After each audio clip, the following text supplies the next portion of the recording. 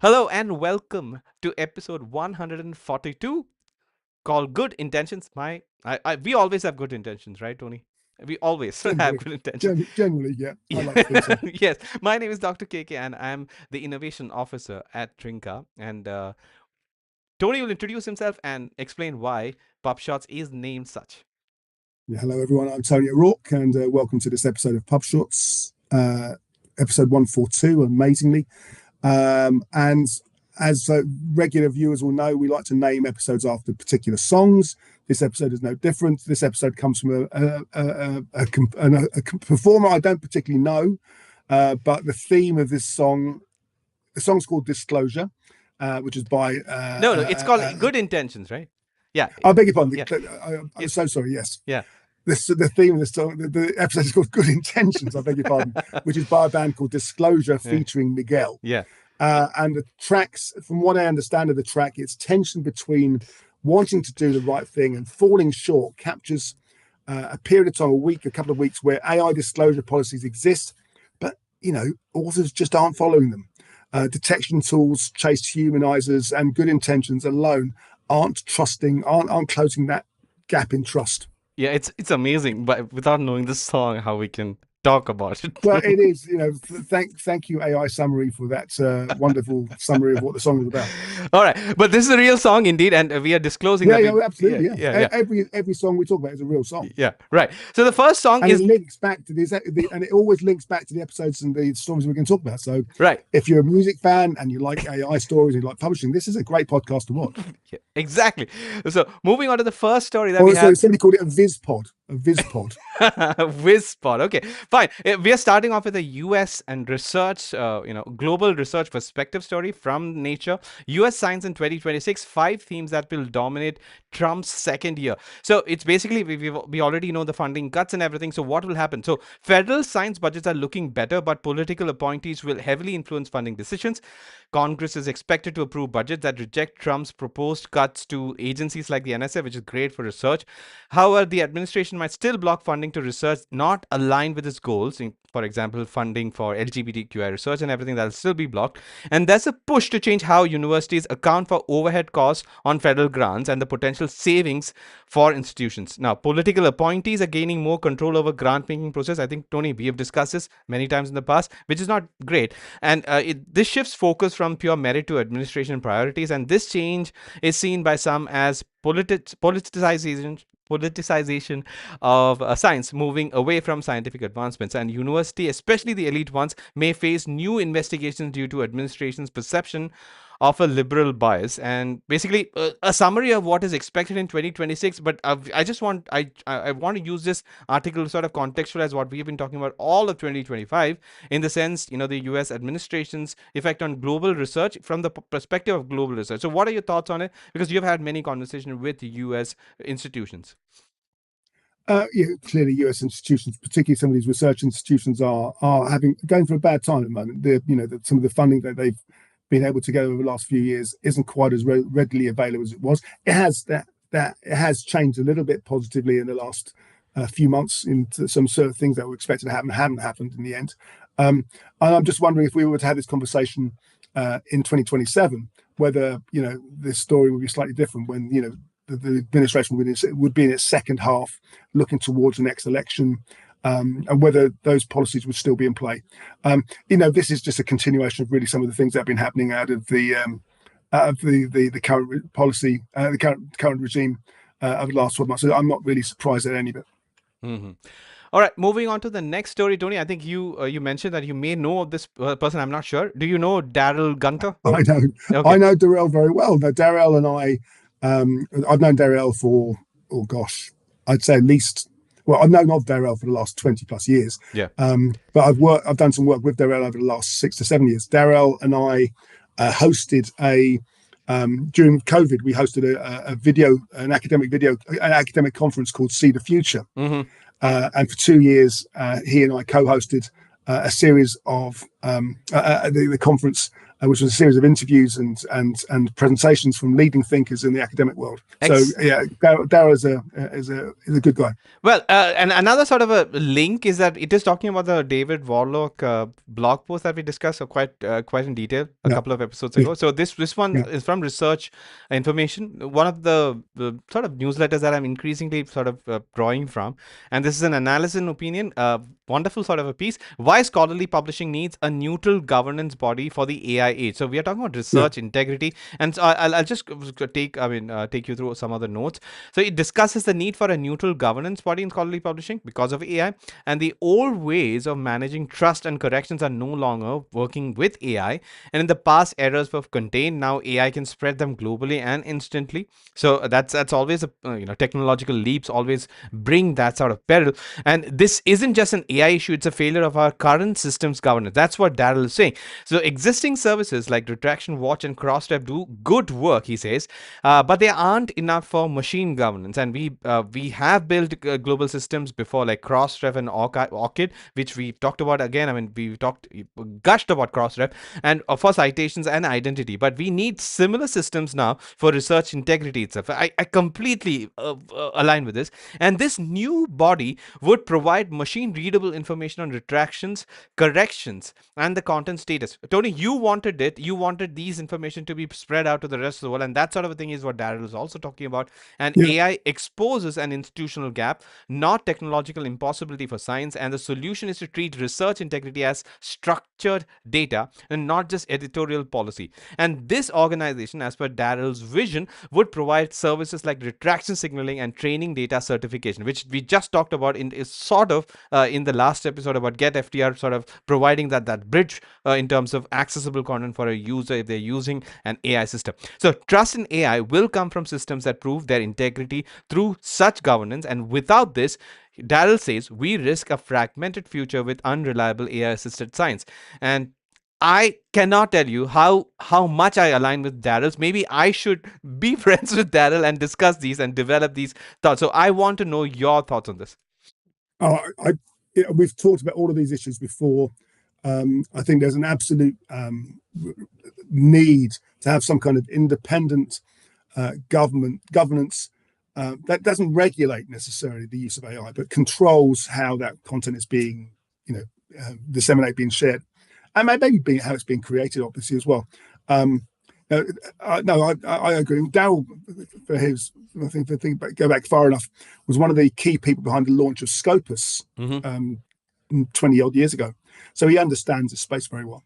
Right, and I just want to make a quick sort of correction, contextualization. You mentioned governance of AI. We are talking about governance of research integrity for AI. So it's a slight Yeah. difference in the sense of Oh, yeah. structured information, including retraction related information. Because we talked about David Warlock talking about non-retractions, right? We Kent Anderson and all of that. So that thing can happen with a governance body that controls the retraction related data that is machine readable. And if you extend that, that will help sort of downstream trickling of information as well as users will get it. It is sort of beyond. I mean, it is sort of extending Crossref, but Crossref was not built for AI. So basically, we need something like Crossref, which can work with AI. That is the sort of place that Yeah, we are. Yeah. and there is an absolute case. I mean, there is an absolute need at the moment for the research publishing industry Mm-hmm. to uh, help boost confidence and faith Mm-hmm. in the content that's been disseminated. So if we can create another trust marker, which is regulating the way, as you say, AI can be used, it again means it's another reason why the researcher can Right. trust the content that they're reading. Right. More about metadata is what we are talking about in the next story, which is titled. It is from what Crossref blog itself, and it is insights from a roundtable on author affiliation metadata. It's sort of like a very good segue. So this roundtable highlighted that affiliation metadata is only available for about 1/3 of journal articles in Crossref, and this Mm. Mm. inconsistency leads to issues in bibliometric applications and rankings. And many presenters were there that they shared best practices for capturing affiliations, including integrating metadata early in the publishing workflow and verifying it. Examples from eLife, EMS Press, and others were given. So That's one thing. The roundtable identified challenges like name variations, mergers, and language differences for research organizations. And author-related issues also included multiple affiliations and potential apathy in data submission, in the sense that authors need to submit data. And technical barriers involve legacy systems that may not support structured affiliation fields or open identifiers. I mean, this is it's pretty much what we just talked about. And but with the fact that Crossref had a roundtable and many people were agreeing with it, and publishers also face challenges with historical data correction and sometimes withhold curated data. And this is something you have talked about, Tony. So this basically it's from Crossref, and we are talking about metadata, and we are also talking about things like OA switchboard, which is sort of doing this thing. And I think this, Tony, I have talked about this right passionately, in the sense that we need scholarly infrastructure to sort of pull their socks up, pull its socks up in the AI era. And that's sort of what we just talked about in the AI governance, sorry, research integrity governance in the context of AI in the Darrell Yeah. article. So your And thoughts? I don't. One of the things I don't understand is why the affiliation data is missing to that extent. Because I mean, the vast majority of the submissions I see, and I don't see a huge number anymore, but normally when an author presents a paper, you'll get the author names, but you'll also get the affiliations of each of the authors that's been involved in the paper. And I remember seeing some very large papers from the likes of CERN, or very large collaborations, I should say, with hundreds of authors listed. You know, and so were their affiliations. You had pages and pages of affiliations before you actually got to the introduction. So I'm not quite sure why that data isn't being captured in the first place. And if the data's there, and I'll tell why you isn't what. it being captured in Crossref? It's basically it is the metadata that is missing, or it is non-aligned with the paper data, manuscript data, right? So that's a problem. This So system. the metadata requirements in terms of, in order to get to an MVP, to a minimum viable product, you just have the affiliation, the affiliation for the corresponding author, and that's it, which completely overlooks Yeah. the 200 other authors that might have been involved in this project from another institution. Right, and it is obviously the responsibility of making sure that this is accurate lies with the researcher now, and the one researcher who's copy pasting. Hopefully, I mean, not hopefully in the sense that nobody's going to type it, but there could be errors, there could be mismatches, and nobody's cleaning it up, and that. And who's to control the author? The author could be lying. If he quotes a Nobel Prize winner Yeah. from another institution that had nothing to do with the paper, Right. So in his or her paper. this is the problem, and so technology can intervene in a positive way in such cases, and that is basically you clean up metadata, and that's what OS, which what I, as far as I understand, is doing, and that will help sort of have the baseline of metadata, rich metadata, accurate metadata, which can talk to each other. So publishers and I guess people, all stakeholders can communicate at the computer level with the right data, and hence you have better sort of research integrity signaling across academic publishing landscape. That's what we want, and But that's what. doesn't it require changing those metadata standards, those metadata input requirements? Yeah, so we need to update, and that's pretty much what Darrell talked about. In the sense, we need to sort of look at how we need to change it, and have that governance body which ensures that such changes are consistent across. Credit by itself, it's not enforced from that point of view. And you can think of all the other things. For example, we talked about retraction information and errata information needing to sort of trickle down to the user, right? But not all publishers are providing it. Not all publishers are doing it fast enough. We've talked about all of that. Let's have a governance body. Let's have updated metadata. These two stories basically talk about the same thing, and I'm absolutely in line with this. And I think you are also. So let's encourage the system to sort of improve itself in the AI age. All right. Yes. All right, moving on to the next story. We are entering the AI responsible AI space. The first one concerning archive preprint server clamps down on AI slop. So to contextualize, a couple of months ago, I think we had two stories: SOC archive and archive, requiring or banning, I think, a couple of types of articles which basically had a lot of AI slop. Right? Let's just say that. Okay. Right now. What archive is doing is it is asking first time users to have endorsements from somebody else before they can submit it. and an author in the field itself. And this is to combat a surge in fraudulent AI generated submissions. And the number of these low quality submissions have increased, Tony, dramatically in early 2025, raising the rejection rate from 4% to an estimated 10 to 12%. And this new Wow. policy and similar measures might be difficult for smaller preprint servers, as per the article, and which lacks the established author networks. In the sense, we are putting a sort of a checkpoint here. And remember that it's a preprint server. It is supposed to accept most relevant content without the need for it to go through something like a peer review. There are screeners, but still, it's not as robust as a peer review, right? In terms of, Yeah, yeah, but there were still rules. right, right, There were still requirements, and this is the sort of paper we expect to receive. right. But that set of screeners may not be able to identify, let's say, AI generated content, because we have problems in AI generated content detection as well. So that's the reason why your archive is now needing a related author to endorse a Okay, first time summary. Yeah. okay, so I don't understand, therefore, how having an endorser is going to stop AI stop being presented. You can still It's persuade somebody to endorse the paper, and it might still be rubbish. bad actors. Okay, let's assume that bad actors who are just simply submitting it for whatever purpose, they need, if they won't get endorsements, is a basic idea. If a good actor with an endorsement can still do bad things, so from that point of view, that's it's another step to prevent. That's all. I mean, it's not going to cure all the problems in terms of AI submissions, AI slop submissions. So the problem with this is that it will inadvertently penalize legitimate authors who use AI tools for improving their writing. In the sense, if you put AI content detection steps in between. So from that point of view, it is disadvantageous, Tony, from a non-native speaker point of view, non-native English speaker point of view, which is But if the obvious. author is open and discloses how they've used AI in their, publishers aren't banning the use of AI. Publishers are saying, look, is tell us how you used AI. Make sure we want to make sure it's in context, that it's appropriate and it's relevant. And if they've used it in an appropriate, intelligent, contextual way, the publisher's not going to object. Right, and very interesting, because the next article talks about this particular thing. It is a scholarly guest post, why authors aren't disclosing AI use and what publishers should not do about it. So, Avi Simon notes that despite AI use being common, declarations are rare. This is a concern for publishers aiming to maintain research Yeah, integrity. And a yeah. primary reason for non disclosure is a fear of negative repercussions. We have talked about it. There's a psychology in terms of disclosing AI. And authors worry that editors or reviewers might reject their work if AI use is disclosed, even if used responsibly. So keep this point in mind, Tony, and I'll respond to your point from the previous story.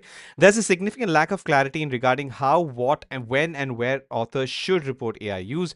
Publisher guidelines vary widely and cause confusion, marking a compliance burden.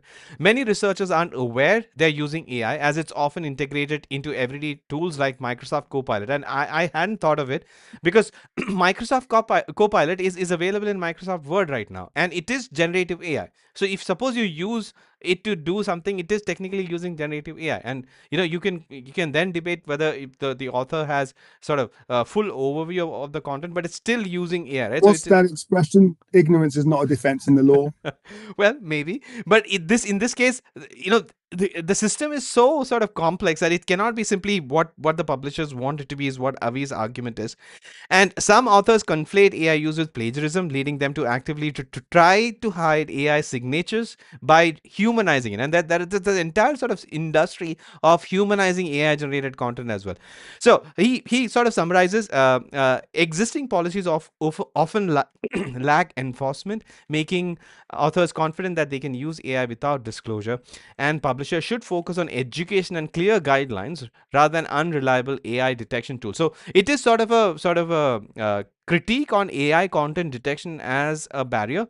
And there's another angle to it, but I'll first take your sort of thoughts on the main argument that the real sort of change that needs to happen is for education, AI literacy for the researchers, and the updating of the guidelines in Yeah, terms of clarity. yeah. We've already spoken about Mm. the responsible AI movement.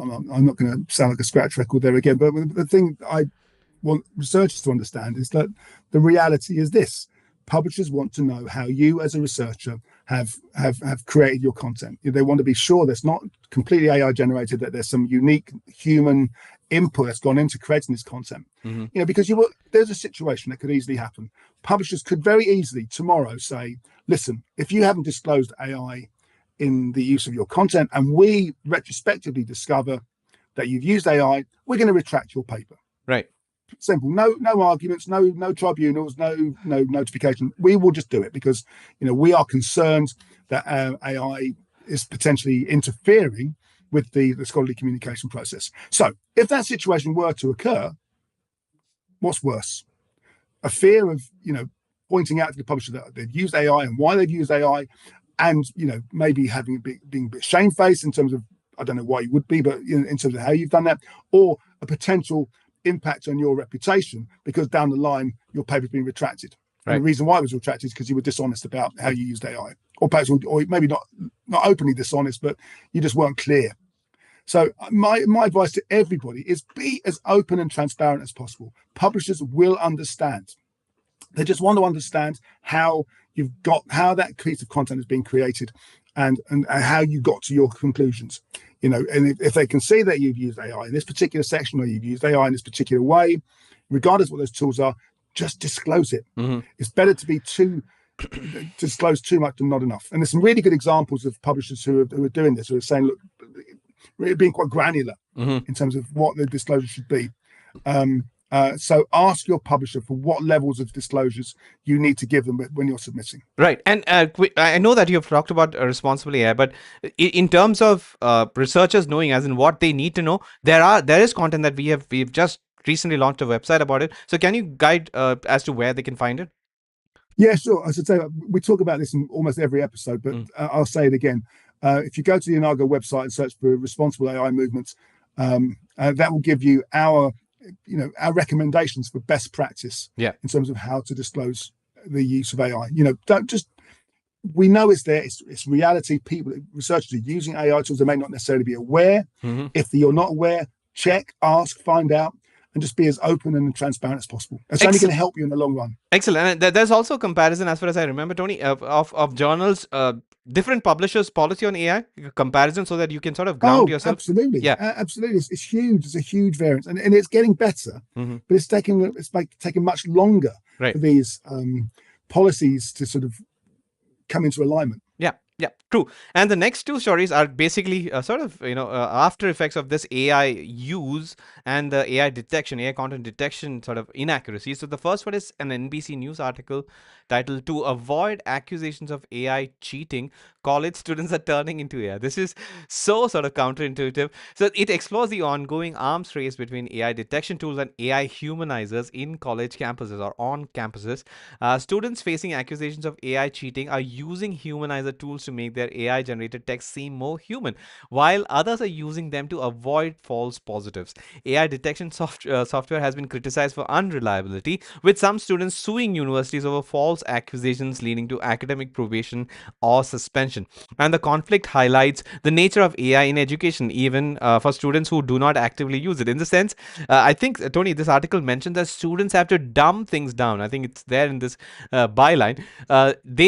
Students are dumbing down their work, the human work, so that AI detection tools won't flag them as incorrect. So that's a problem with AI content detection. We have talked about it, and we have talked about it like a broken record. And both detection and detection companies, as well as humanizer companies, are constantly updating their software, creating an endless cycle. As well as the actual AI companies, if suppose you use AI, it's becoming increasingly easy to use AI to non-AI your AI generated content, if that makes sense.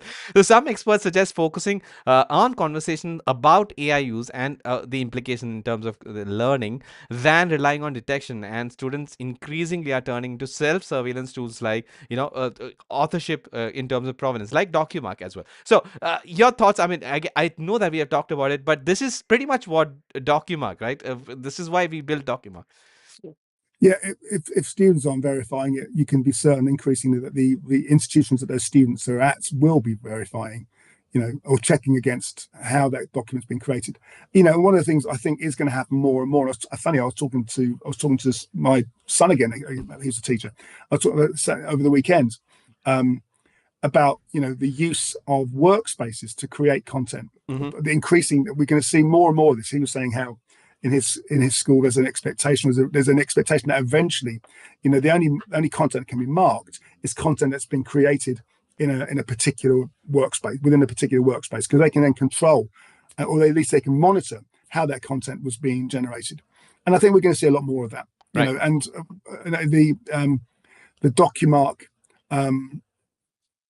We talked about DocuMark earlier on. DocuMark is a way of identifying that sort of version of truth in terms of verifying how that document's been created. But we're going to see a lot more. I think we're going to see a lot more